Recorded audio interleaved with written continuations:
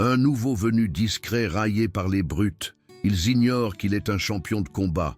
Antoine Dubois se tenait à l'entrée du lycée Victor Hugo, son sac à dos usé sur l'épaule, tandis que les élèves défilaient devant lui en groupe bavard. À 17 ans, Antoine était de taille moyenne mais mince, avec des cheveux châtains foncés qui lui tombaient légèrement sur les yeux et une attitude discrète qui le rendait presque invisible. C'était ce qu'il préférait. Après avoir déménagé dans cette nouvelle ville, avec sa mère célibataire, suite à une nouvelle mutation professionnelle, Antoine avait appris que passer inaperçu était souvent l'approche la plus sûre. Les couloirs vibraient de l'énergie des élèves qui se connaissaient depuis des années, leurs conversations fluides alors qu'ils se déplaçaient entre les cours. Antoine gardait la tête baissée, étudiant son emploi du temps et essayant de mémoriser la disposition du bâtiment. Il avait espéré que ce lycée serait différent, qu'il pourrait peut-être enfin s'installer quelque part assez longtemps pour se faire de vrais amis. Cet espoir dura exactement 3 heures de cours. Pendant la pause déjeuner, Antoine entra à la cantine avec son déjeuner dans un sac en papier, cherchant une table vide où il pourrait manger en paix. La salle était divisée en territoires sociaux clairs. Les sportifs aux grandes tables près des fenêtres, les élèves populaires au centre et divers petits groupes éparpillés un peu partout. Antoine repéra une table vide dans un coin et s'y dirigea. « Tiens, qu'est-ce qu'on a là ?» La voix venait de derrière lui, dégoulinant d'une fausse curiosité. Antoine se retourna pour voir 3 élèves s'approcher.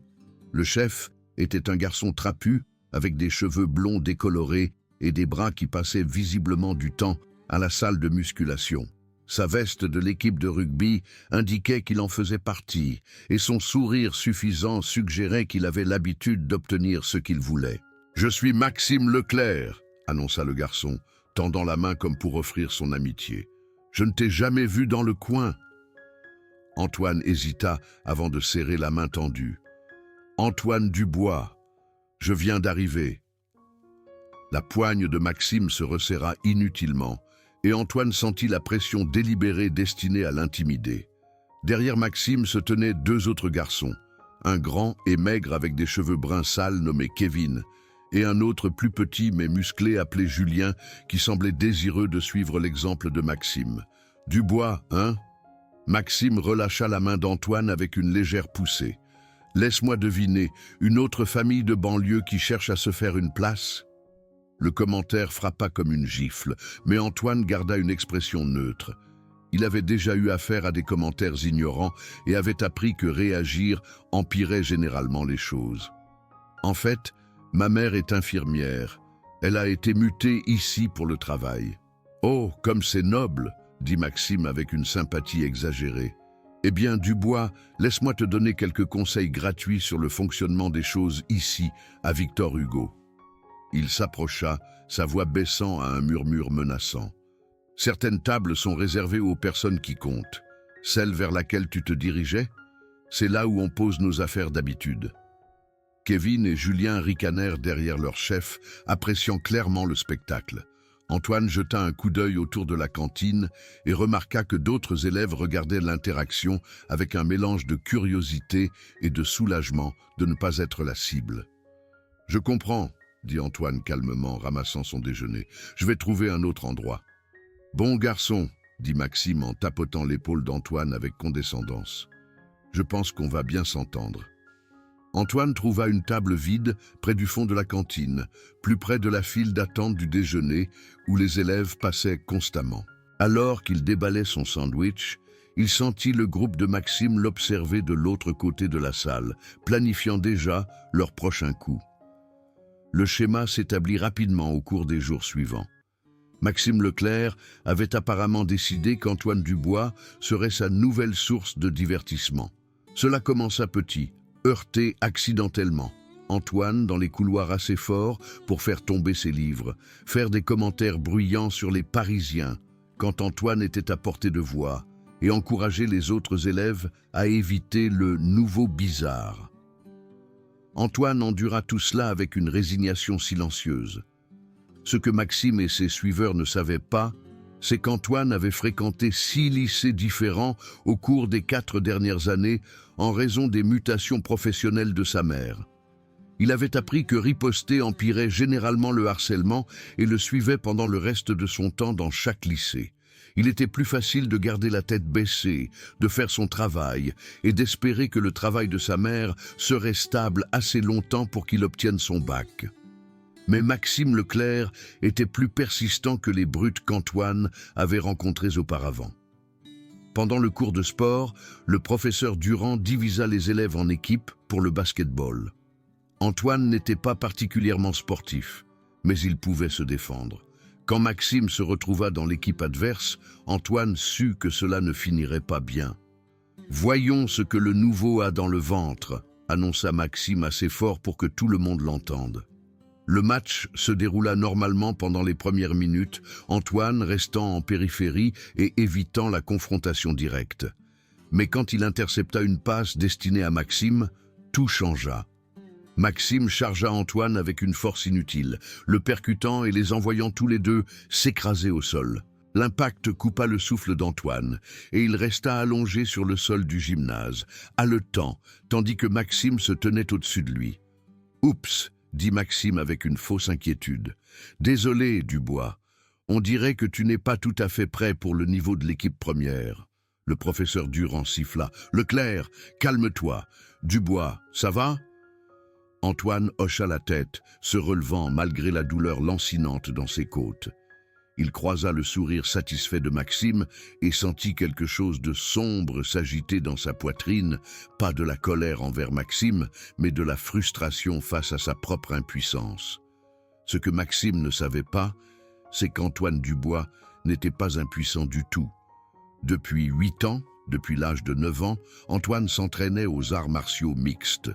Sa mère, Sophie Dubois, l'avait inscrit à des cours après qu'ils aient déménagé dans leur 2e ville et qu'Antoine soit rentré à la maison avec un œil au beurre noir à cause de brutes du quartier.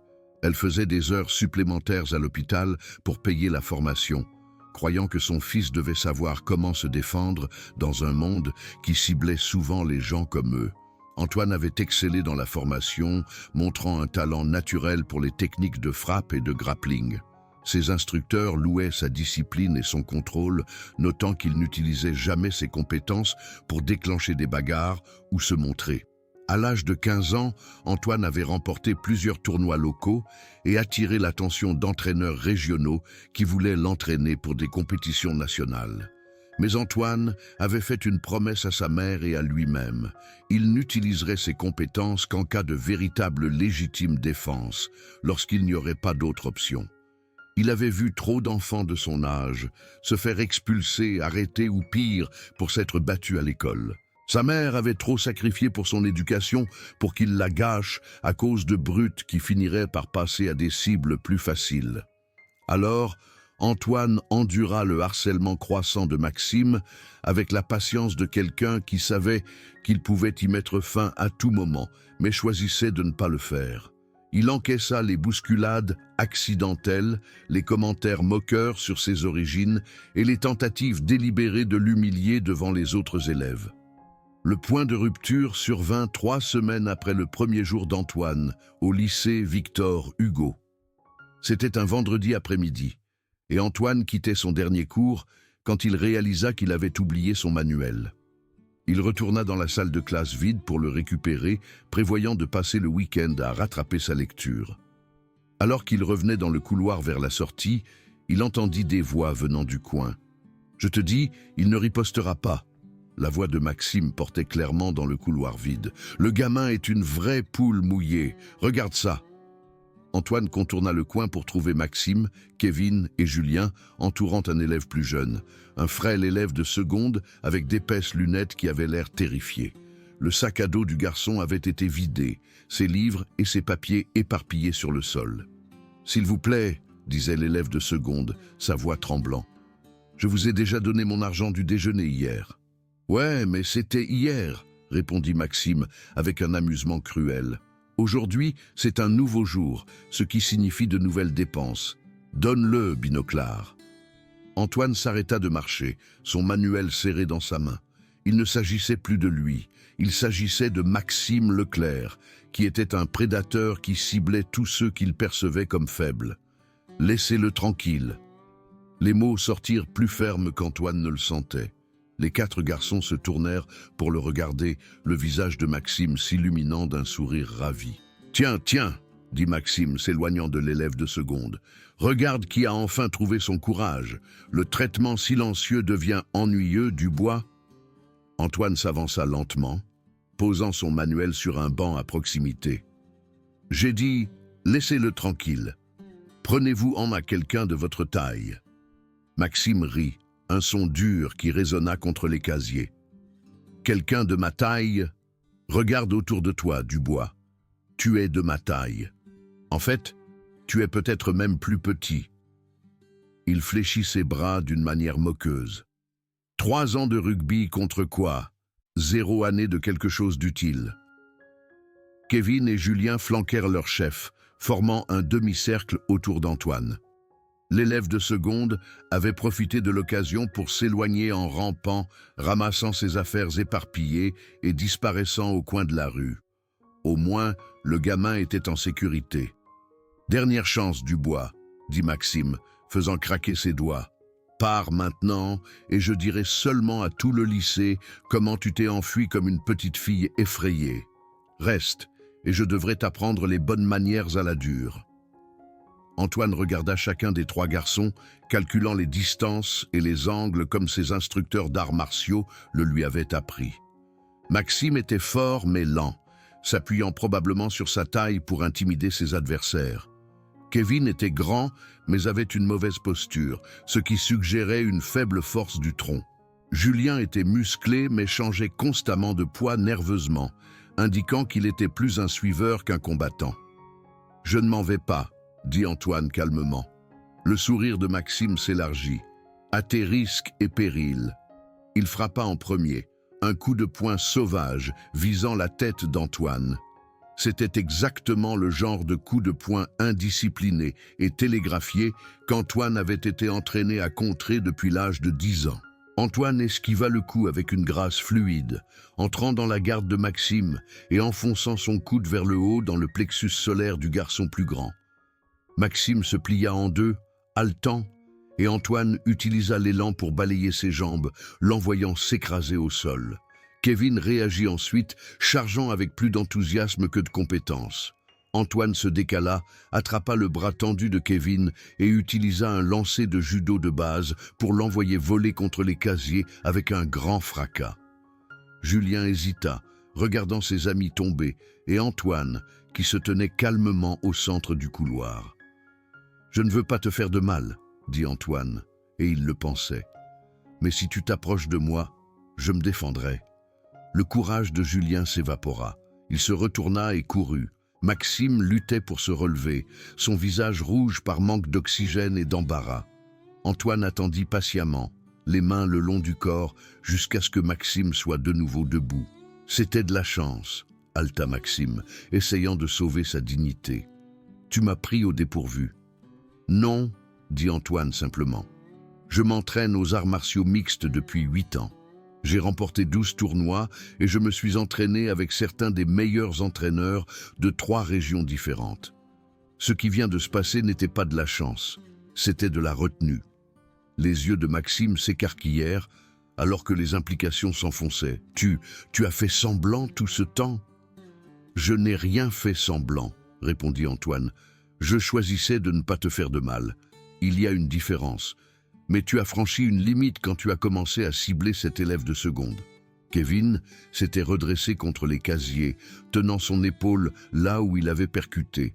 Il regarda Antoine avec un mélange de peur et de confusion. « Pourquoi tu ne t'es pas défendu avant ?» Antoine considéra la question sérieusement. « Parce que se battre devrait être le dernier recours, pas le premier. Parce que se faire expulser ou arrêter détruirait mon avenir et les sacrifices de ma mère. Parce que j'espérais que tu finirais par t'ennuyer et passer à autre chose. » Maxime se redressa, une partie de sa fanfaronnade revenant. « Ce n'est pas fini, Dubois. Tu penses être dur maintenant, mais c'est fini, interrompit Antoine, sa voix portant une autorité calme qui n'avait pas été là auparavant. Voici ce qui va se passer. Tu vas me laisser tranquille. Tu vas laisser cet élève de seconde tranquille. Tu vas trouver quelque chose de mieux à faire de ton temps que de t'en prendre aux gens que tu penses incapables de riposter. Et si on ne le fait pas? Défia Maxime, bien que sa voix manquât de sa confiance antérieure. Antoine s'approcha et Maxime recula involontairement. Alors tu découvriras que ce qui vient de se passer, c'était moi qui étais doux. J'ai arrêté de participer à des tournois parce que je devenais trop bon, trop vite. Mon dernier adversaire a fini à l'hôpital avec une épaule disloquée et une commotion cérébrale. C'était un accident lors d'un match contrôlé avec un équipement de protection et des arbitres. La menace planait dans l'air entre eux. Antoine ramassa son manuel et commença à marcher vers la sortie, puis s'arrêta et regarda en arrière. Pour ce que ça vaut, Maxime, tu pourrais probablement être bon en arts martiaux si tu y mettais du travail. Tu as des réflexes décents et tu n'as pas peur de la confrontation physique, mais tu devrais d'abord apprendre la discipline et le respect. La plupart des bons entraîneurs ne formeront pas quelqu'un qui utilise ses compétences pour intimider les autres. Au cours de la semaine suivante, la dynamique au lycée Victor Hugo changea radicalement. La nouvelle de la confrontation dans le couloir se répandit rapidement, bien que les détails devinrent plus exagérés à chaque récit. Certaines versions racontaient qu'Antoine avait vaincu 6 adversaires au lieu de 3. D'autres affirmaient qu'il avait jeté Maxime à travers une fenêtre au lieu de simplement le jeter au sol. Antoine se retrouva dans la position étrange d'être simultanément craint et respecté. Les élèves qui l'avaient auparavant ignoré hochaient maintenant poliment la tête dans les couloirs. Certains des sportifs l'approchèrent pour lui poser des questions sur son entraînement, réellement curieux des arts martiaux mixtes. Quelques-uns des enfants qui avaient été les cibles précédentes de Maxime le remercièrent discrètement d'avoir tenu tête à la brute. Maxime lui-même semblait réellement ébranlé par la rencontre.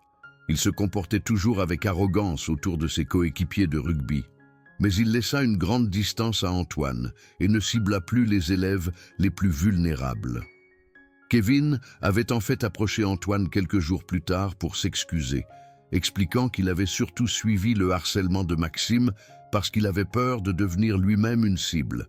L'élève de seconde qu'Antoine avait défendu, un garçon nommé David Kim, le chercha pendant la pause déjeuner pour lui offrir ses remerciements. « Personne ne m'a jamais défendu comme ça auparavant, » dit David timidement. « Je sais que tu n'étais pas obligé de faire quoi que ce soit. »« Si, je devais, » répondit Antoine. « Peut-être pas légalement, mais moralement. Nous avons tous l'obligation de protéger les personnes qui ne peuvent pas se protéger elles-mêmes. » Le professeur Durand avait également entendu parler de l'incident et approcha Antoine après le cours de sport. « J'entends dire que tu as une certaine expérience des arts martiaux, » dit l'entraîneur prudemment. « Seriez-vous intéressé à aider avec notre unité d'autodéfense?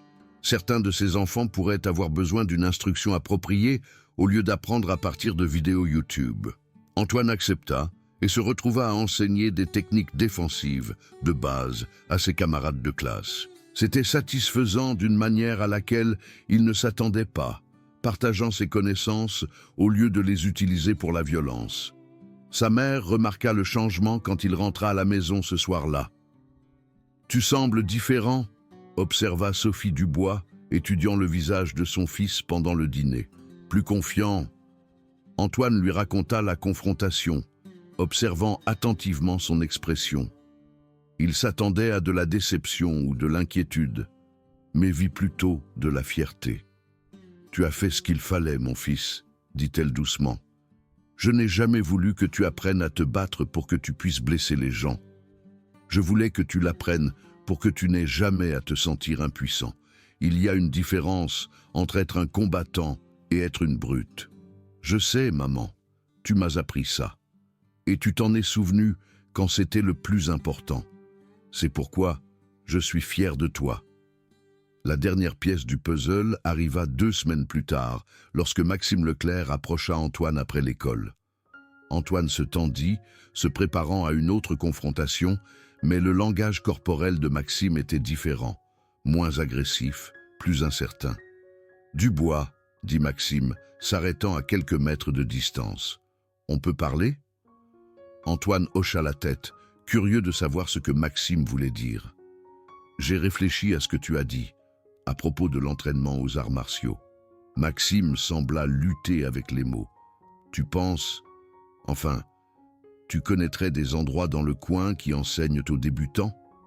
C'était la dernière chose à laquelle Antoine s'attendait. « Pourquoi tu veux apprendre ?» Maxime resta silencieux pendant un long moment.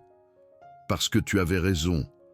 À propos de moi qui utilise ma taille pour pousser les gens au lieu de réellement devenir bon dans quelque chose.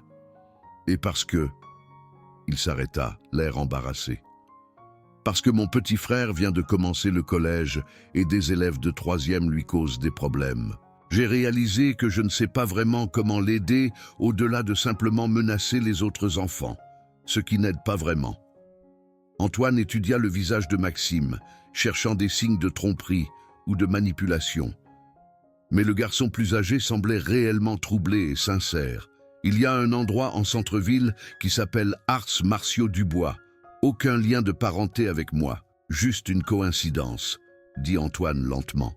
« L'instructeur là-bas est dur mais juste. Il ne formera personne qui utilise ses compétences pour blesser des innocents, cependant.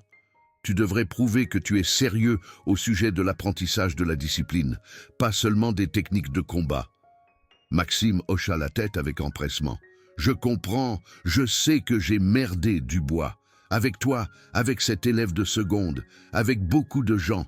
Je ne peux pas revenir en arrière, mais peut-être que je peux faire mieux à l'avenir. » Antoine sentit quelque chose changer à l'intérieur de sa poitrine, un relâchement de tension qu'il n'avait pas réalisé qu'il portait. « C'est Antoine, » dit-il. « Et ouais, je pense que Maître Chen chez Arts Martiaux Dubois serait prêt à te donner une chance. Dis-lui que je t'ai envoyé. » Le visage de Maxime s'illumina du premier sourire sincère qu'Antoine lui avait vu. « Merci, Antoine. Vraiment. » Alors que Maxime s'éloignait, Antoine réfléchit à tout ce qui avait changé en quelques semaines seulement. Il était venu au lycée Victor Hugo en espérant rester invisible et éviter les ennuis.